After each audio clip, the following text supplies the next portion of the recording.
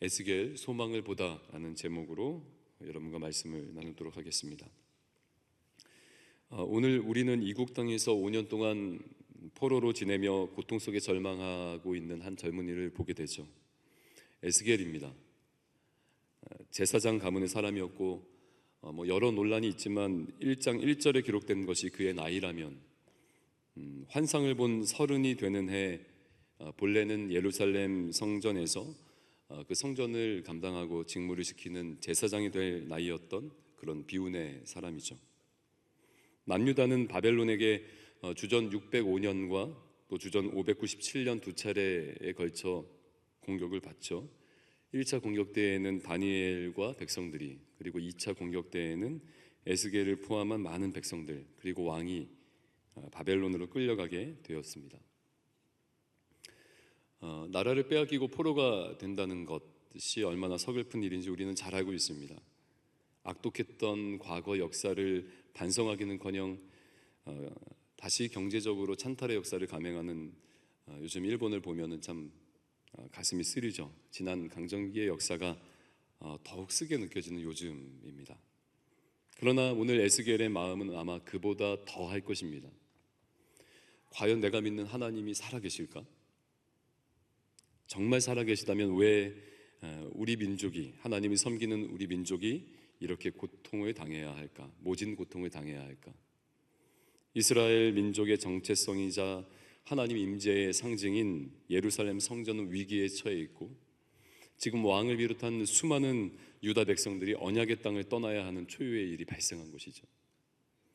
어쩌면 하나님의 부재 정도가 아니라 혹여나 버림을 받은 것은 아닐까?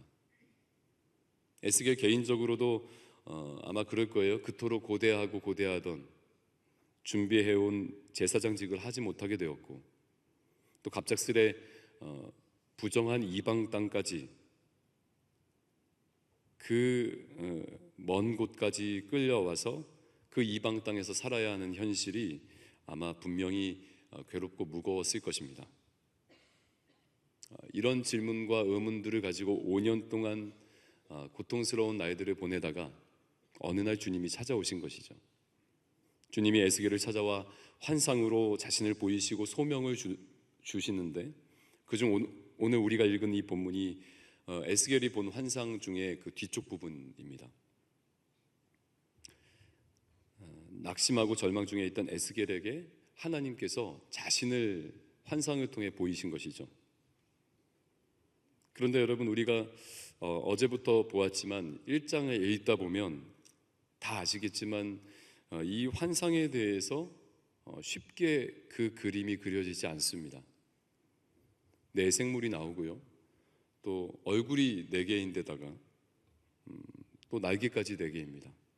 또 광채가 나고 불이 나오고 또 바퀴가 있고, 또 바퀴에는 눈까지 달려있어 어떤 모양의 환상인지 선뜻 그 그림이 그려지지 않습니다.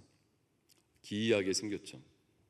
또 그 위에는 궁창이 있고, 궁창 위에는 보좌가 있다라고 오늘 설명하고 있어요. 그러나 여러분, 이 그림을 이렇게 이해하셔야 됩니다. 하나님 자신을 나타내는 비유라고 생각하셔야 됩니다. 전체 그림이 한눈에 들어오지 않고 확연하게 그려지지 않더라도 성경을 통해서 주님이 지금 우리에게 전하고자 하는 메시지가 담긴 비유라고 생각하시면 됩니다.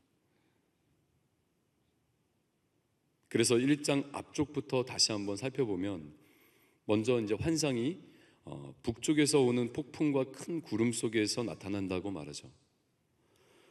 이스라엘에 처한 현실, 즉 북쪽의 바벨론의 공격으로 겪는 환란의 시기를 의미하는 것입니다. 그러나 그 폭풍 속에서 한 환상이 나타납니다. 그것은 4생물이었습니다. 4가지의 얼굴, 즉 인간, 사자, 소, 독수리의 얼굴을 가진 생물이었습니다. 학자들 간에는 이 생물이 좋지 않은 부정적인 우상을 의미하는 것이 아니냐, 아니면 하나님의 그 기능적인 면을 비유하는 것이 아니냐, 여러 가지 의견도 있지만 에스겔서 10장에 보시면 이 생물들을 그룹이라고 말하고 있습니다. 그룹들이 올라가니 그들은 내가 그발 강가에서 본 생물이더라. 즉 하나님의 천사라는 것이죠. 그럼 여러분, 천사는 어때요? 천사는 하나님께서 이 땅 가운데 역사하시고 일하실 때 부리시는 영이라고 생각한다면 결국 이 생물들의 그림은 여전히 하나님께서 일하고 계시다, 여전히 건재하시다라는 의미가 되겠죠. 그리고 오늘 우리가 읽은 말씀에는 두 가지 비유가 더 나옵니다. 바퀴 비유와 보좌에 앉으신 이에 대한 비유이죠. 먼저 생물들 옆에 바퀴가 있어 땅과 연결되어 있으며 그 바퀴는 어느 곳이나 자유롭게 자유자재로 다닐 수 있다고 말합니다. 어디든지 갈 수 있다는 바퀴라는 것이죠. 이는 하나님께서 어디든지 계시고 또 자신의 뜻대로 이 땅의 역사를, 나라들의 역사를 섭리하고 계시다라는 의미가 됩니다. 게다가 이 바퀴에는 눈이 달려 있어서 보고 있다라고 증언을 하고 있는데, 이는 하나님께서 이 땅에 두루 다니시며 감찰하신다라는 의미로 볼 수 있는 것이죠. 그럼 바퀴 비유를 정리해 보면 하나님께서 예루살렘뿐만 아니라 어디든지 계시며 무소부재하신 분이며 이 땅 민족들의 역사를 친히 섭리하고 다스리는 분이다라는 것을 우리가 알 수 있습니다. 그리고 하나님께서는 온 땅을 두루 다니며 자신의 백성들을 감찰하는 분이다라는 의미가 되겠죠. 마지막 보좌의 비유, 보좌에 앉으신 이에 대한 비유는 생물들 머리 위에 궁창이 있고 그 위에 보좌가 있는데 그 보좌는 남보석 같고 무지갯빛 광채가 난다라고 묘사하고 있습니다. 결국 이 모습 또한 하나님의 모습이죠. 보좌에 앉다라는 표현은 왕으로 다스리고 통치하다라는 의미가 있고, 보좌에서 나오는 그 영광의 빛이 무지개 같다라고 한 것은 우리에게 홍수 심판 후에 노아의 가족들과 맺었던 무지개 언약을 떠올리게 합니다. 무지개는 이런 것이죠. 하나님께서 다시는 이 땅을 물로 멸하지 않겠다라는 그러한 약속이었습니다. 다시 말해 심판을 경험한 노아 가족들과 인류에게 이제 더 이상 물로는 심판하지 않겠다는 하나님의 은혜로운 의지가 담겨 있는 표이죠. 홍수 심판은 사실은 저주가 아닙니다, 여러분. 죄로 관영했던 시대를 심판하기 위함만이 아니라는 것이죠. 홍수와 방주라는 하나님의 방식, 하나님의 방법을 통해 죄인들은 멸하시고 또 하나님께서 선택하신 죄인들을 그 방주에 담아서 다시 한번 인류의 역사를 새롭게 시작하시려는 하나님의 자비로운 뜻이 담긴 그러한 것이 홍수 심판이었죠. 그래서 무지개는 하나님의 은혜를 상징하는 그러한 증표이죠. 결국 보좌에 앉아 온 세상을 통치하고 다스리는 하나님께서 이 땅을 또 이스라엘 백성들을 바벨론을 들어 심판하시지만 이는 이스라엘 민족을 없애고 다 쓸어버리기 위함이 아니라 죄인들이 회개하고 다시 새롭게 살게 하려는 그러한 하나님의 은혜로운 의지가 담겨 있다라는 의미가 될 것입니다. 그러면 여러분, 환상을 좀 종합해 보면 하나님의 모습은 보좌에 앉으셔서 이 세상 역사 속에서 지금도 여전히 일하고 계시고, 예루살렘 성전뿐만 아니라 어디든지 1000km 이상 떨어진 그 바벨론 땅에서도 계시며, 또한 이스라엘 백성들을 두루 살피시는 그러한 분이라는 것이죠. 또한 그분은 공의로운 심판으로 이 세상을 심판하시는 전능자이면서 자신의 백성들이 돌아오기를 간절히 바라는 자애로운 아버지라는 그런 환상의 의미가 되겠죠. 그러면 바벨론에게 2번이나 공격을 당하며 3번째 완전히 함락이 될 이 이스라엘, 그 먼 곳까지 포로로 끌려온 이스라엘 백성들은 어때요? 하나님에 대해서 많이 오해를 하고 있었겠죠. 여호와가 패배하여 무력하게 되었고, 또 수치와 조롱 속에 이렇게 먼 이국 땅까지 와서 살게 된 것이 아닌가? 아니면 주님이 우리를 버리시고 주님이 매우 먼 곳으로 떠나버리신 것은 아닐까? 그런 오해들이 지난 5년이라는 세월을 아주 더욱 씁쓸하게 만들었던 것일 거예요. 그런 에스겔에게 주님이 오늘 이 환상을 보이신 것이죠. 그 오해와 불신을 청산하고 진리의 하나님, 하나님의 실상을 보라는 것입니다. 나는 너희를 버린 적이 없고 지금도 여전히 역사 속에서 일하고 있단다. 예루살렘 성전뿐만 아니라 지금 너희 그 눈물이 묻어있는 그발 강가에도 내가 함께 있단다. 나의 백성들이 아픔과 고통과 절망을 당하는 그때에도 내가 너희를 외면하지 않고 두루 보고 있으며, 모든 만물을 다스리는 내가 잠시 바벨론을 들어 너희를 단련하고 심판하지만 이 고통의 또 이 고난의 시간을 통해 너희가 새롭게 되기를 원한다라는 그 은혜 언약의 하나님, 그렇게 너희를 잊지 않는 아버지라는 것이겠죠. 그렇게 에스겔에게, 그렇게 고개를 떨구어 버린 그발 강가에 앉아있는 에스겔에게 하나님께서 자신을 보이신 것입니다.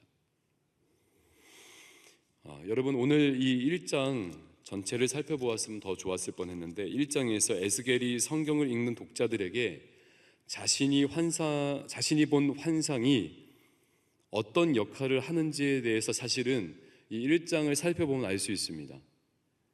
1장 전반부를 읽어보면 이 에스겔이 자신이 처한 상황을 2번씩 반복하면서 강조하고 있어요.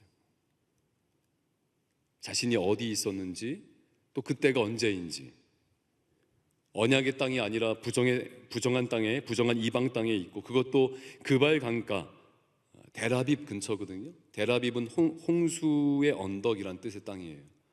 그런 심판의 땅에 내가 있고, 또 사로잡힌 지 5년이나 되는 서른을 맞이한 그때, 개인적으로 완전히 절망하고 모든 기대와 소망이 사라진 그때, 아마 선택된 민족이라는 자부심도 사라져버리고 사독의 계열 제사장 가문의 사람이라는 그 뿌듯함도 사라져버린 그때, 모두에게 잊혀지고 또 그에게 기댈 만한 모든 것들이 그 빛을 잃어갈 그때, 하나님께서 하늘문을 열어 정말 의지해야 할 분이 누구인가를 그에게 보이신 것이죠.